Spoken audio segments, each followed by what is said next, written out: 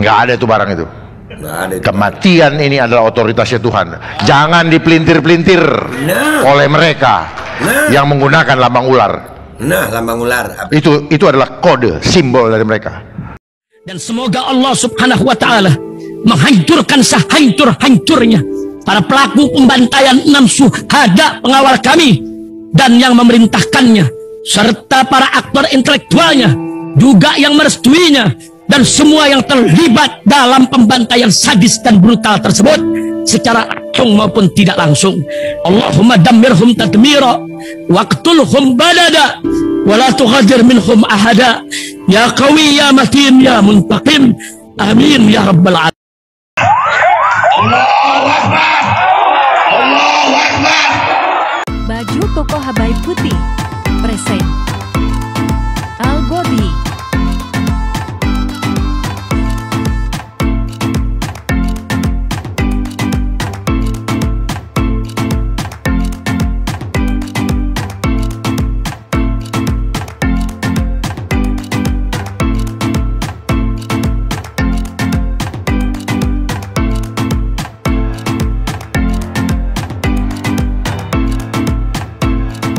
Assalamualaikum warahmatullahi wabarakatuh. Welcome back, selamat datang lagi di channel Babe Aldo bersama gue Babe Aldo, YouTuber rakyat biasa yang tetap santuy supaya sehat. Dan jangan lupa ngopi. Bismillahirrahmanirrahim.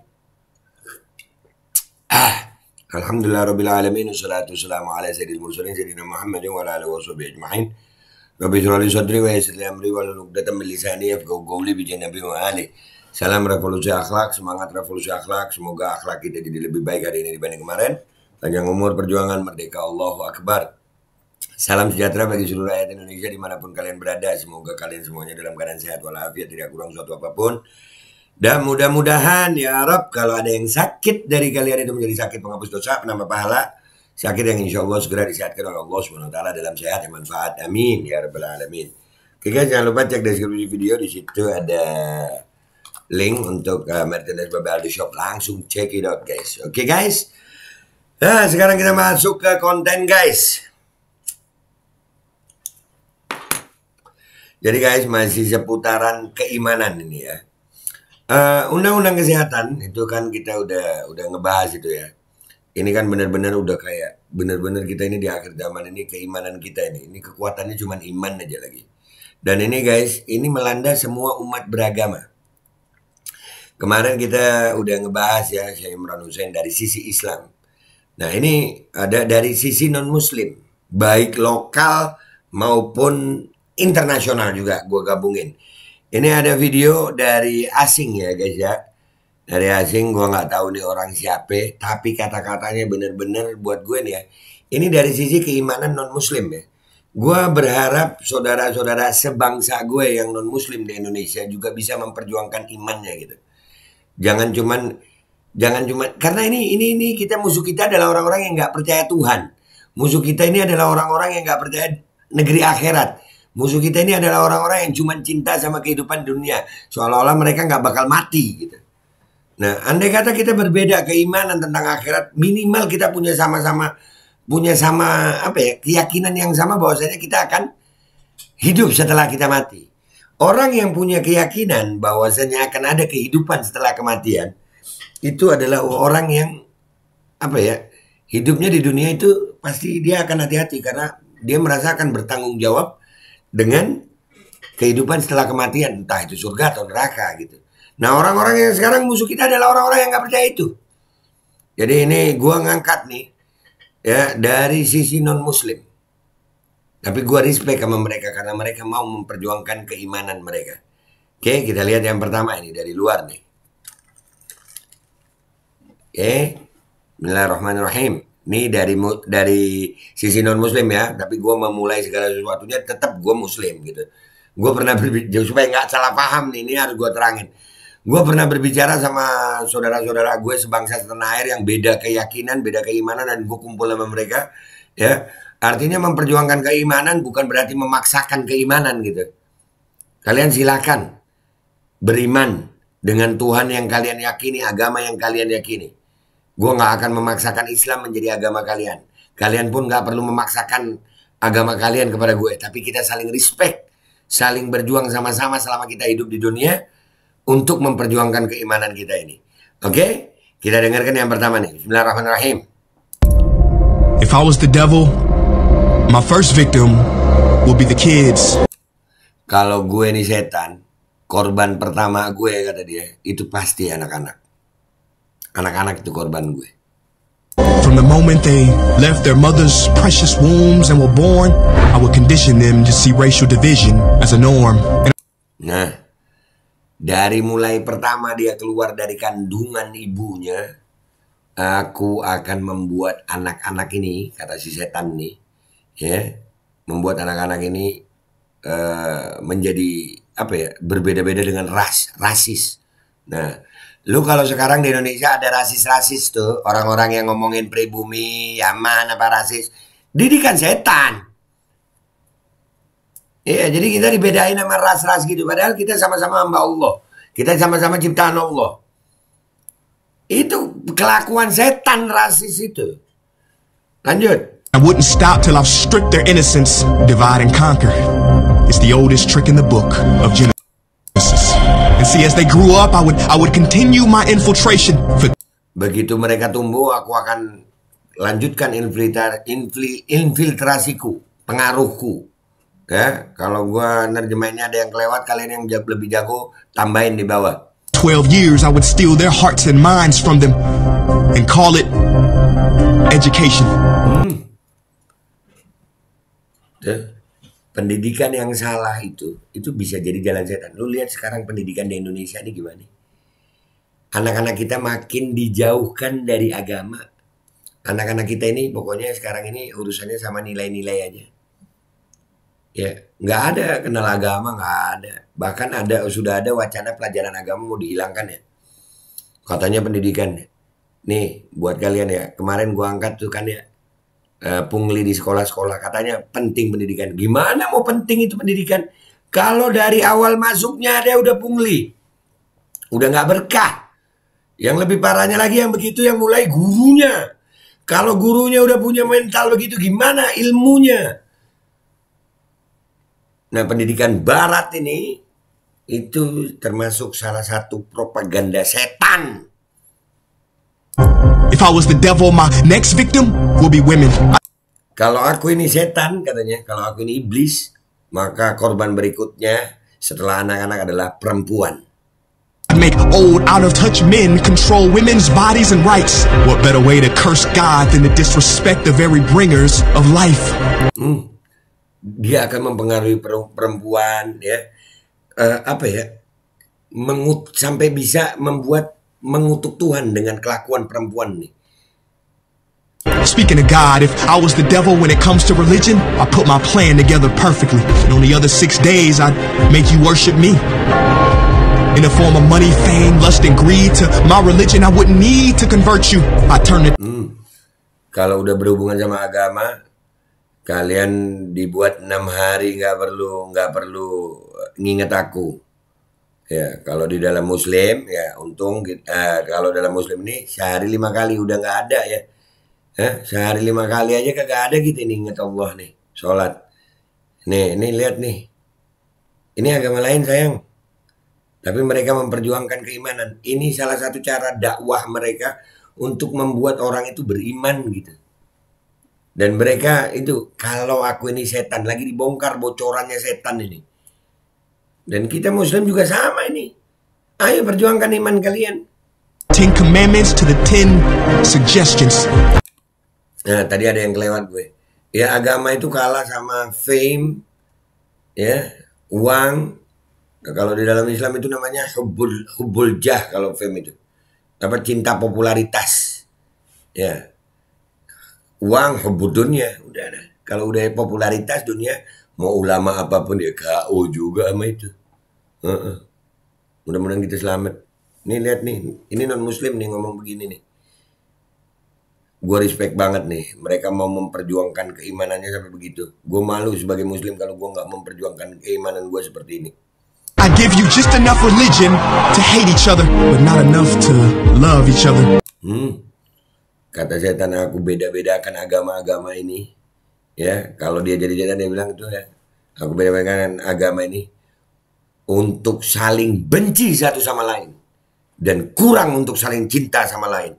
Tuh, nih gue yakin nih ya, konten gue ini akan diserang juga tuh sama muslim-muslim radikal tuh. Ya, padahal nih, gue pernah nih, gue duduk sama beberapa orang yang berbeda agama sama gue. Gue bilang nih, gue menyembah Allah dengan cara gue. Gue menyembah Tuhan dengan cara gue, dengan syariat yang gue yakini dari Nabi Muhammad SAW. Dan kalian menyembah Tuhan yang kalian yakini dengan cara kalian. Nggak ada alasan gue sama kalian ini harus bermusuhan. Kalaupun salah, kita ini salah, satu kita ini salah. Yang menghukum itu biar Tuhan. Bukan kita. Kita ini hamba. Nggak pantas saling menghukum. Kita bisa hidup berdampingan kok. Selama kita respect, saling menghargai, saling toleransi. Ingat, toleransi. Bukan pluralisme. Kita menghargai, bukan mencampur adukkan agama. Bisa kok, kita bisa. Kenapa enggak? Kita dari Islam, Nabi SAW mengatakan, Man adza dhimmiyan faqad adzani. Barang siapa yang mengganggu zimmi. Zimmi itu orang di luar Islam yang hidup bersama orang Islam dan tidak mengganggu orang Islam. Itu udah mengganggu Rasulullah. Islam ini bisa damai. Kalau agama ini bisa damai, ayo. Sama-sama kita perjuangkan ini. Ingat, musuh kita bukan umat beragama. Musuh kita ini adalah orang-orang yang gak punya agama. Gak percaya akhirat. Itu musuh kita bersama. And for my final evil strategy, I'd make you forget the whole purpose of religion was spirituality. If I was the devil, Kalau aku setan itu ya, aku akan membuat manusia itu lupa terhadap tujuan paling utama agama itu. Spiritual. Kedekatan kita sama Tuhan. Iman. wouldn't come dressed in a red cape and pointy horns. Kalau aku jadi setan, aku nggak bakal dandan pakai baju merah, jubah merah, pakai tanduk. Enggak, gue nggak bakal datang begitu kalau setan tuh. I drive a Lambo, have a pretty face and a Gucci belt on. Kalau gue setan ya gue bakal naik mobil Lamborghini, segala perhiasan, Gucci, Soalnya apa? Kalau umpamanya datang pakai tanduk ya takut lah. Tapi kalau datang dengan harta dunia, wah, banyak yang ngejar tuh setan tuh. Basically, I take the form of everything you ever wish for and watch you create your own hell. I don't need to torch the earth. And as far as Gara-gara itu, kata setan, aku nggak perlu membakar bumi ini, apa dunia ini nggak perlu. Kalian sendiri yang gara-gara ketamakan kalian, kerakusan kalian sama dunia, kalian akan merusak bumi ini. Nah tuh, udah banyak kan kerusakan gara-gara ketamakan manusia. politicians go, I change nothing. Nah, kata setan, kalau untuk para politikus, aku akan merubah. Nggak ada, nggak perlu dirubah politikus. Kenapa? They're already doing my dirty work. Karena politikus sudah melakukan semua pekerjaan setan yang buruk. Itu kata orang ini nih, non-muslim loh ini. If I was the devil low-key, I'd be behind the scenes. You wouldn't have to see me. I would normalize dysfunction and call it reality TV. And Kalau aku jadi setan, aku nggak perlu muncul jadi aktor di TV itu nggak perlu. Gua cukup di belakang layar. Tapi gua bisa bikin acara-acara yang bikin kalian itu namanya reality TV. Padahal itu kerusakan, menampilkan aib. Tuh. in this reality, I would attack your self-worth, making it hard to heal from. I'd show you Gua akan menyerang hati lu dan membuat itu susah untuk disembuhkan. images of fake bodies and make Gua kasih lu gambar-gambar dari tubuh palsu. them more attractive than real ones. If Dan gue jadiin tubuh-tubuh palsu itu, image-image tubuh palsu itu lebih menarik daripada tubuh-tubuh yang asli.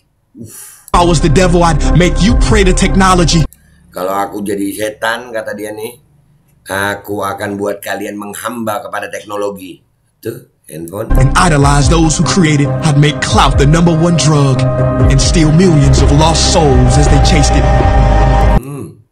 Dia bilang itu cloud itu untuk mencuri jutaan jiwa. Now if I was the devil, I wouldn't do it all at once. I'd take my time instead. I'd eat away at your morals little by little. Kalau aku setan, aku nggak bakal ngelakuin itu semuanya langsung, enggak, tapi sedikit demi sedikit. Sadar nggak sih kita? Exactly how cancer spreads. Speaking of cancer, Nah, gua akan sedikit demi sedikit seperti bagaimana kanker itu menyebar. Dan berbicara tentang kanker, I was the devil, I'd feed you tasty food that aku akan kasih makanan kau makanan yang lezat makes you ill. Then I turn you dan membuat kau sakit. doctors and the drug dealers. Dan gua kasih dokter dan pedagang obat. Iya, pedagang obat disebut drug dealer. Selling you pills that keep you coming back instead of truly heal. Yeah.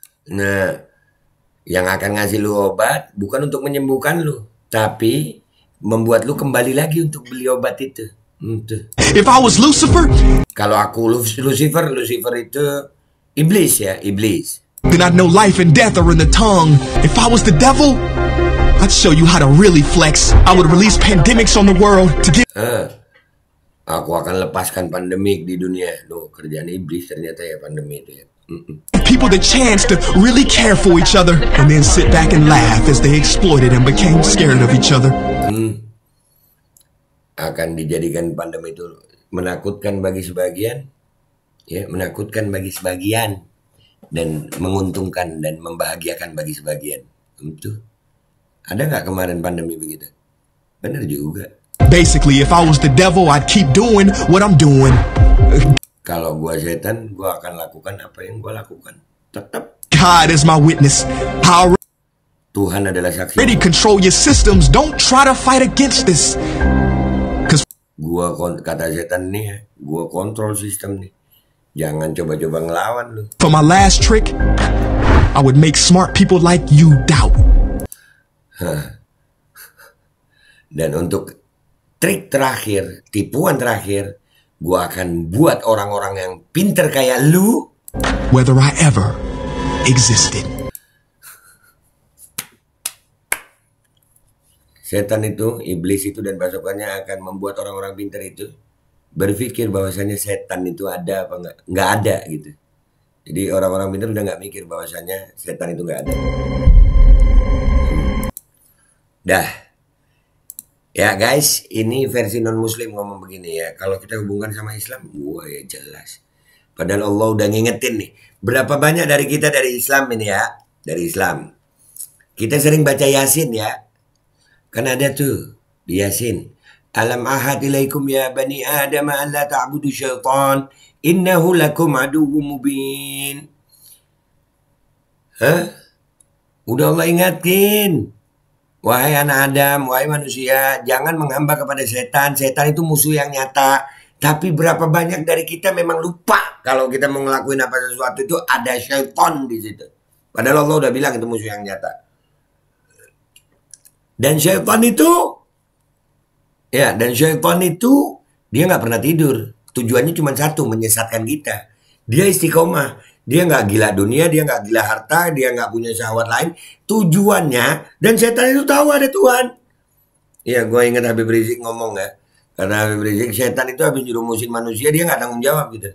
Dia berlepas diri, dia ngomong sama Allah. Dia takut sama Allah. Setan itu takut sama Allah. Setan habis jerumusin manusia, dia bilang aku berlepas diri ya Allah dari ini. Dan manusia dibuat lupa emang sama setan tentang setan. Nah sekarang video yang kedua dari tokoh Indonesia yang juga non muslim tapi imannya kuat banget. Komjen Pol Dharma Pongrekun. Nih kita dengar penjelasan beliau. Ini salah satu tokoh nasional yang beda keimanan tapi gua respect sama beliau. Toleransinya luar biasa, imannya luar biasa. Dan sekarang iman kita sedang diuji. Memilih jalannya memilih protokol Tuhan atau protokol setan. Memilih protokol Tuhan atau protokol setan tuh. Iman kita sedang diuji. Dengar nih. Pada diem. Pada diem. pada diem bingung atau nggak seneng atau kaget? Kaget. Saya katakan itu protokol setan, karena saya tahu apa yang akan terjadi ke depan. Saya udah diberitahu Tuhan tahun 2018. Saya paham betul akan terjadi seperti ini. Ujung-ujungnya semua dikontrol pakai apa? Handphone. Digitalisasi. Dari 2018 beliau udah ngomong tentang digitalisasi. Makanya kita sekarang udah edik betul, tergantung betul dengan handphone. Makanya banyak yang mati karena handphonenya hilang. Betul. Ini orang-orang ketawa karena nggak nyambung nih. Dibilang banyak orang yang mati karena handphonenya hilang. Waktu pandemi kemarin, orang masuk rumah sakit dijauhkan dari handphonenya, dijauhkan dari ini. Banyak yang mati di rumah sakit, nggak bisa komunikasi. Ya nggak tuh? Serius. Serius nah tuh. Kematian-kematian kemarin-kemarin itu karena handphonenya diambil. Tuh. Sehingga dia tidak bisa berhubungan dengan orang luar. Nah. Ketika dia ketika dia dikucilkan. Manusia kita adalah makhluk sosial yang selalu harus bergandengan tangan. Ada yang sakit peluk. Nggak ada itu barang itu. Kematian ini adalah otoritasnya Tuhan. Jangan dipelintir-pelintir oleh mereka yang menggunakan lambang ular. Nah, lambang ular. Itu adalah kode, simbol dari mereka. Tuh. Bahwa di akhir zaman ini si ular tua berulah kembali. Tuh, dengar, oi, dengar semuanya. Ya. Ini orang Pak Dharma Pongrekun nih keren gue. Menurut gue keren banget. Gue berbeda keimanan tapi gue salut dengan keimanan beliau. Beliau bilang itu apa tadi nih? Kematian itu adalah otoritas Tuhan. Berapa banyak dari kita nih ya takut sama mati. Kadang percaya bahwasanya kematian itu apa ya? Dihasilkan karena gue masih inget tuh ada kalimat begini ya. Pakai masker mati. Apa? Nggak pakai masker harga mati. Nggak pakai masker bisa mati gitu ya. Iya. Padahal yang pakai masker juga mati juga gitu. Jadi kematian cuma gara masker, bukan, woi. Memang itu otoritas Tuhan. Dalam agama beliau Kristen begitu, dalam Islam juga sama. Idza jaa ajaluhum la yastakhiruna sa'atan wa la yastaqdimun. Kalau datang ajalnya, maka nggak akan maju, nggak akan mundur sesaat pun. Itu hak Tuhan, bukan hak manusia. Lu pernah nggak bawa orang ke, gue mau bilang begini nanti ada yang tersinggung, bawa orang ke satu tempat, orang ini lagi sakit umpamanya, lu bawa ke satu tempat, terus tiba-tiba orang yang ada di situ, orang yang ahli di situ bilang apa? Ini kalau terlambat dikit ini bisa mati. Lu sampai sedunia pengen lu mati, tapi kalau lu belum waktunya mati dari Tuhan, lu nggak akan mati. Sedunia pengen lu hidup, tapi kalau memang lu udah waktunya mati, maka lu akan mati. Jadi kematian itu bukan sesuatu yang diputuskan oleh manusia, tapi itu keputusan Tuhan. Nah ini kenapa gua angkat video ini, biar ini menjadi apa ya, semangat bagi kaum beriman di Indonesia, khususnya yang minoritas. Jangan takut, kami Islam yang mayoritas, insya Allah kami juga punya iman. Iman kami mengajarkan kami akan memperjuangkan iman kami sampai ajal kami. Dan kalian yang minoritas akan kami rangkul sama-sama. Nggak perlu. Kalian nggak perlu ngikuti keimanan kami, tapi pertahankan iman kalian. Karena musuh kita bukanlah orang-orang yang beragama, tapi musuh kita adalah orang-orang yang tidak percaya agama, tidak percaya Tuhan, dan tidak percaya bahwasanya ada kehidupan setelah kematian. Semangat Indonesia, Bhinneka Tunggal Ika. Indonesia negara yang Bhinneka Tunggal Ika, majemuk, berbagai macam agama. Jalani agama kalian dengan keimanan. Jangan mau dirampas hak hidup kalian dalam beragama di Indonesia oleh orang-orang yang kadang-kadang membawa nama agama, tapi sebenarnya mereka tidak punya iman. Tetap semangat Indonesia, tetap semangat rakyat Indonesia. Kita bisa lawan mereka. Wabillahi taufiq wal hidayah, waridha wal inayah, walafu minkum. Assalamualaikum warahmatullahi wabarakatuh. Bhinneka Tunggal Ika, semangat betul. Toleransi, bukan pluralisme. Bismillahirrahmanirrahim guys, sekarang ada Babe Roland, Babe Roti Molen. Roti ini dibuat yang pasti rasanya enak ya, ada 3 rasa. Nih, ada pisang keju, ada tape keju, ada pisang coklat. Ini dibuat tanpa bahan pengawet dan melayani pesanan-pesanan kalian yang seputaran Jabodetabek, bisa buat nemenin ngopi, buat acara-acara boleh. Dan ini karena gue paling suka pisang keju, nih gue dulu yang nyoba nih. Nih dia tuh kayak crunchy gitu depannya tuh. No.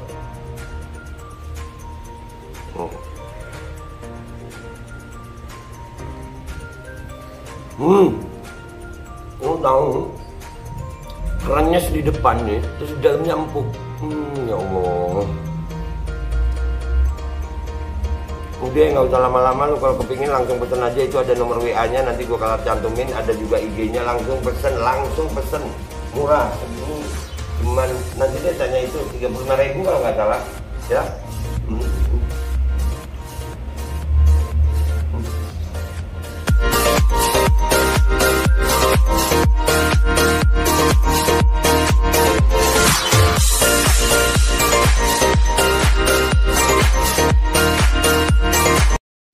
Assalamualaikum warahmatullahi wabarakatuh. Guys, alhamdulillah gue lagi di Jember dan gue dapat produsen Golden Pro MHA Vito.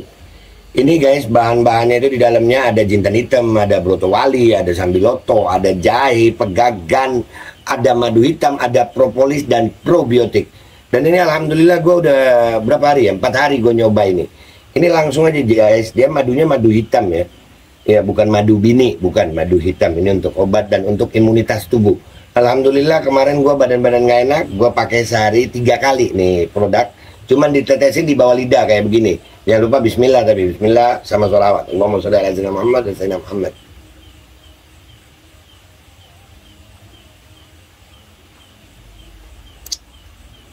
Dah, begitu aja. Sehari 3 kali.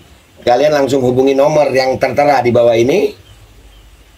Ini insya Allah bisa membuat badan kita tahan terhadap segala macam infeksi dari luar untuk imunitas tubuh. Dah gitu aja, langsung pesan ya. Ini nomornya.